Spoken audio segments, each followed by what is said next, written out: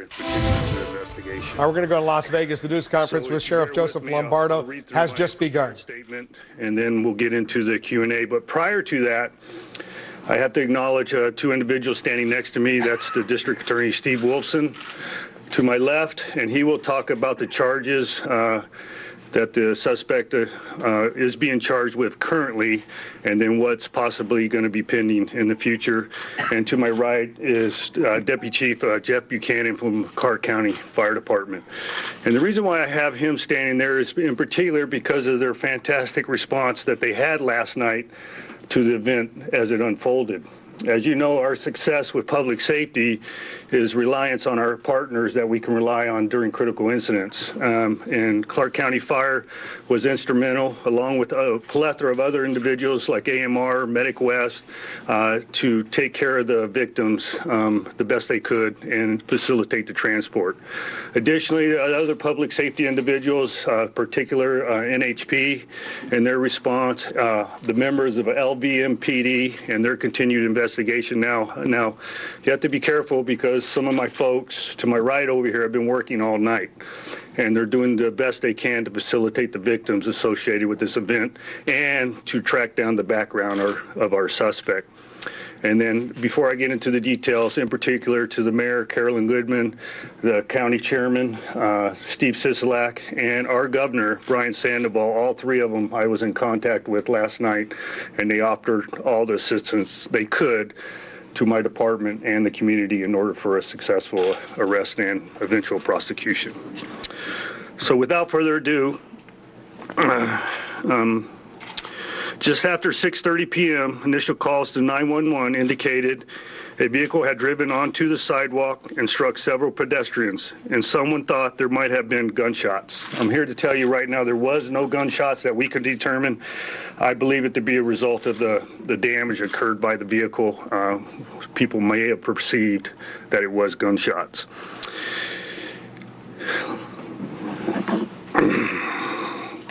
And as of now, we do not believe it to be an act of terrorism. Now, I want you to dwell on that for a second. We are a long ways of being into this investigation and all the intimate details. We had trouble identifying the suspect in the beginning throes of the investigation. We do believe we have her properly identified now, but we are having difficulty obtaining her background. She is believed to be from the Oregon area, and we are going to do the best we can throughout the day to determine her background. In light of that, and not having those unknowns, we're not 100% ruling out the possibility of terrorism. The intentional act that occurred on the boulevard is going to be very hard for us to explain at face value. So we are working through that, but I am comfortable saying now that I do not believe it to be an act of terrorism. But with that admonishment, we are still working through it with the assistance of the FBI. She's a 24-year-old woman driving a car with a 3-year-old female child in the back who drove her vehicle up onto the sidewalk and struck more than 24 innocent people. Video confirms that we believe it to be an intentional act. We do have a video available, and it's through a plethora of different venues. One is the properties themselves on Las Vegas Boulevard, and also our regional crime cameras that we have here at LVMPD, and then additionally from any videos obtained from citizens at our request. So we're still trying to receive as much video as we can, and it is a request out to the public to continue to provide us with information, but we do have a pretty detailed video that shows that it was an intentional act. The suspect, Lakeisha Holloway, repeatedly drove her car over pedestrians. Some jumped on her car and ran up to the window and banged on it, trying to get her to stop, but she didn't. As of now, one person was killed and over 30 people are taken to area hospitals. 3 are critical with head injuries. We do not know at this point if any of them are Nevada residents. We haven't had information at this point whether any of them are, in fact, Nevada residents.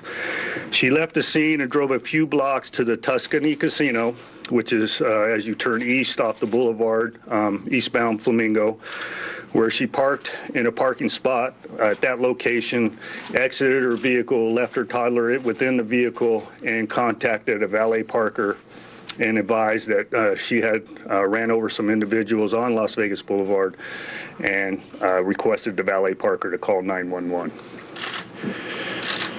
So District Attorney Wolfson will advise you on the charges pending Ms. Holloway currently, and then what potential future charges will occur as we process through the victims at the various area hospitals.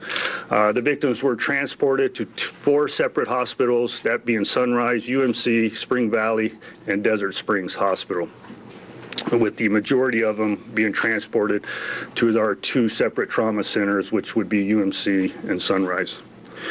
As of now, the locations of the victims, actually where they reside throughout the United States and other countries, we are able to assess individuals from Quebec, Canada, Oregon, Colorado, Florida, Washington, California, and Mexico. So as far as any more specific details, I'm happy to answer any questions, but prior to that, I'd like to bring up Mr. Wolfson so he could advise you on the charges. Thank you, Sheriff. Good morning, everybody. Like the Sheriff, I'd quickly like to acknowledge all of the first responders. I mean, you can all imagine what it must have been like only 16 hours ago on our Las Vegas Strip, with a 2,000 plus pound vehicle ramming into literally 30 people or so. And I want to acknowledge and thank not only law enforcement, but our other first responders for the incredible work they do. My office is beginning to receive paperwork on this case. As you can imagine, it's only been a few hours, but we intend to file charges immediately. We are going to start off by filing 1 count of murder with the use of a deadly weapon. We will also be filing additional charges as the information flows to our office.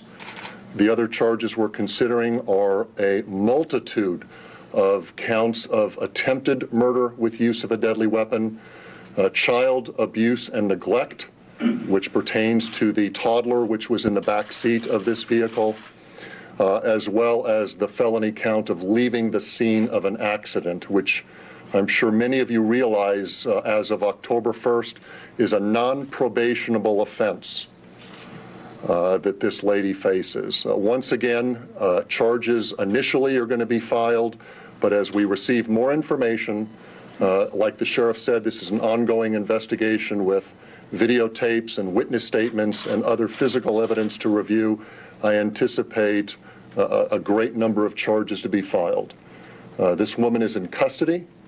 We're going to do everything in our power to see that she remains in custody under the law and file charges appropriately and seek a vigorous prosecution and seek justice in this case. Thank you, Sheriff. Thank you. So at this point, I'm happy to entertain questions. Sheriff, everybody wants to know why she did it. That's exactly what we would like to find out. Right now, she made statements on the scene at the point of arrest. As I mentioned, the investigation is ongoing, but we haven't determined to the exact fact what the motive was. We believe that she had some disassociation with the father of her child, and then events prior to the event, her being what we believe to be in Las Vegas approximately a week and homeless and residing within her vehicle. We don't know the exact recipient event that caused her to snap and or whether it was planned previously. Were there any weapons in the vehicle? No, not at this point. We are executing the search warrant on the vehicle as we speak, but we have not located a weapon as of this moment in time. Can you tell us who the vehicle owner is? The owner resides in Portland, Oregon, but the suspect advised that it is in fact her vehicle, but it is registered to a separate individual in Oregon. Sheriff, did she offer any explanation of why she did what she did? She did, and I'm not comfortable disclosing that. at this point because it is an ongoing investigation, but I can't go any further into that comment. Sheriff, where's the child? Child is in Child Haven here locally in Las Vegas under protective custody, and then we will do everything in our power to attempt to locate the father. We believe the father may be residing in Dallas, Texas, and at some point we believe that she was attempting to make her way that direction via Las Vegas. Do you know if she has a history of mental illness at all? No. See, this is the issue associated with her individually. We are attempting, she does not show previous arrests in NCIC, so we're doing the best we can to track down all family members and or friends within the Oregon area to determine her background the best we can, and also trying to locate the father of the child. Test her blood? We tested blood. We recovered blood subsequent her arrest. She did not demonstrate signs of being under the influence of alcohol, but we had a drug recognition expert respond to the scene and determine that he believed she to be under some sort of stimulant. So. Did you get an initial read from the blood draw? No, that takes some time prior to us having the ability to do that, but obviously in this case it will be expedited. Sheriff, why can you not rule out terrorism as a potential cause of this? Well, as I said, the video obviously shows intention. Her exiting the roadway onto the sidewalk and then obviously plowing through the pedestrians on the sidewalk. But as far as terrorism, we don't know what the intent was behind it, and we don't know enough of her background to make that determination. As you can imagine, what happened in San Bernardino, a review of all the social media and everything else led the FBI down that path. We haven't had the time or the luxury to get through all those investigative leads yet. When did she arrive in Las Vegas? We believe she's been here approximately a week. I don't have the exact day. How's the child doing? The child's fine. Are you guys going to release the surveillance video? Not at this point. As a matter of prosecution, I'm confident it will be released at a proper point in time. But our concern at this point is the jury pool and our ability to have an untainted pool. So. Assuming you ultimately do rule out terrorism, is this any sort of a wake-up call about the threat on the Strip? Well, I wouldn't perceive it as a threat. What I would perceive is public safety and traffic issues associated with the Strip. You know, it's an ongoing discussion with the county and Public Works in order to create a safe environment on Las Vegas Boulevard, and our ability to put barricades, barriers, and everything else associated with pedestrian traffic whenever you have a high-density vehicle traffic associated with it, to put those things in place in order to ensure safety. You said that you haven't completely ruled out terrorism. Is part of that because of the statement that she made? No, because our lack of knowledge of her background. Okay, just the background, not something she said. Correct. Nothing that she said. Is she going to be eligible for the death penalty, District Attorney? You know, that's a consideration. Could you move to the microphone? Sure. Sorry. Like any murder case, that's something that is always considered, but it's too early to even begin talking about that. I've read one page of a report, and I'm sure when this case comes to our office after all of these great investigators finish their work, there's going to be a lot of paper to review, a person's background and all the circumstances before we consider the death penalty. Sheriff, you're going to have 300,000 people at the same place on the Las Vegas Strip in 2 weeks. What can you tell us? Well, I appreciate you bringing that up. Obviously, it's America's party happening in 2 weeks, and we're doing everything we can to ensure everybody's safety. That was an ongoing process, and everybody knows that's something we do here every year, and it's a year-long process, and it has been ramped up in the most recent months in light of what's been taking place across the United States and the world. So I'm confident at this point we have all the mechanisms in place to be successful, and we are being very proactive to be successful. But as far as this having a direct correlation to New Year's Eve, I do not believe it to be so. Was there any discussion about not doing New Year's Eve? No, sir, not at all. I'm pretty confident that we can provide a safe environment. Sheriff, with all the questions you have, what would you say at this point today is the biggest unknown in this case to you? Well, the question was presented 2 different times. What caused her to do this? We need to be more comfortable in the reasons behind that, and in particular, what her background is that we need to be made aware of. Did she offer any remorse? I couldn't comment on that. My personal opinion was she was very stoic at the time of the event. Sheriff, can you give us some more detail about the number of people, or perhaps Jeff, the number of people hospitalized, transported, treated? Yes, my count currently, bear with me while I go to my notes. And obviously, I can't release names or extensive injuries on these individuals outside of the individual that passed away and or the 3 that have critical head injuries that we are concerned with. But the total count associated with the event so far, and you know, some people self-transported, some people will determine 12 hours later that they have injuries that they need to report. But as of now, I am comfortable with the number of 35. Sheriff, you said she was stoic. What do you mean by that? Well, there was she didn't appear to be distressed due to her actions. That's the best way I could describe it. Can you talk a little bit about the efficiency of the response and how that may have saved some lives? Yes, great question. The efficiency of response was fantastic, and that's why I thought it was important for me to mention our public safety partners in the beginning of this.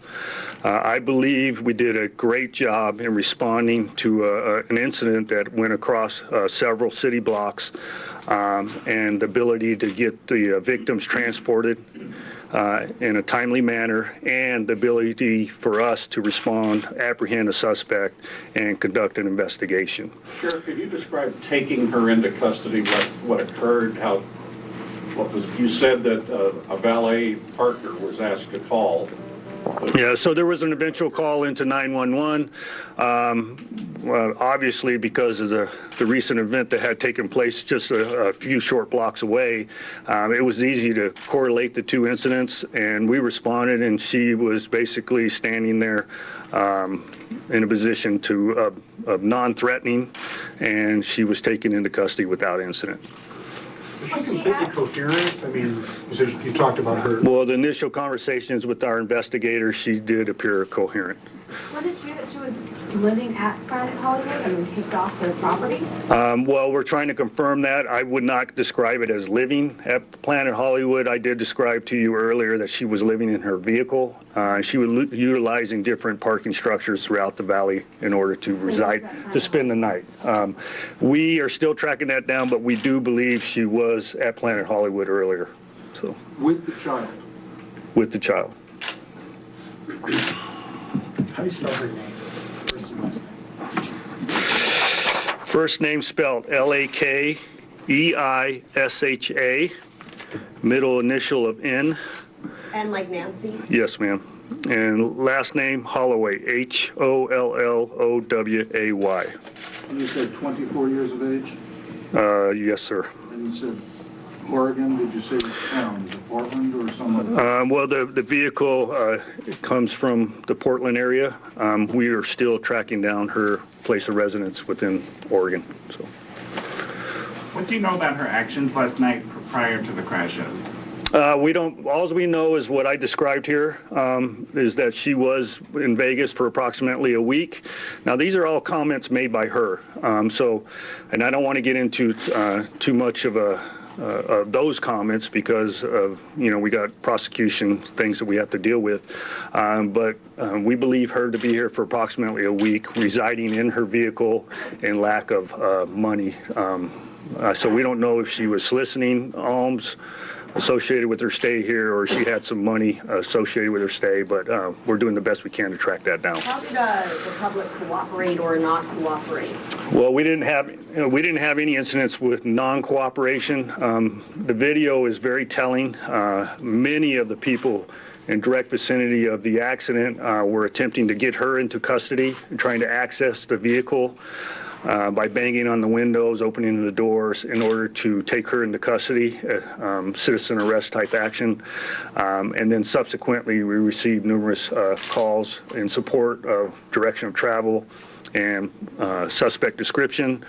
And then obviously the medical professionals received a great assistance from the public within the Las Vegas Boulevard in assistance with the victims. Can you recount how... mugshot from the incident last night? Yes, sir. And is that booking today or yesterday? It would be last night, so. Last night. Yes. Can you recount for When us? we had encountered her, the only difference would be her hair was pulled back in a ponytail. Can you recount for us going on the sidewalk once, twice? And that's another great question. It was presented several times last night that the car entered the sidewalk, exited the sidewalk, entered the sidewalk. So we're trying to bring that down the best we can. At this point, we believe she entered the sidewalk in front of the north end of Planet Hollywood at the escalator area. She traversed the entrances into the Paris, which would be one to believe that she exited the sidewalk at that point, and she continued to travel northbound down the east sidewalk of Las Vegas Boulevard. And the best we can tell at this point, she exited around the area of Bally's and subsequently re-entered the sidewalk. We are doing the best we can to reconstruct that timeline and whether we had victims associated to the Bally's area. What's her estimated speed? We don't know yet. There are posts, there are news racks, and other things on the sidewalk there. Did she hit those as well? Yes, she did.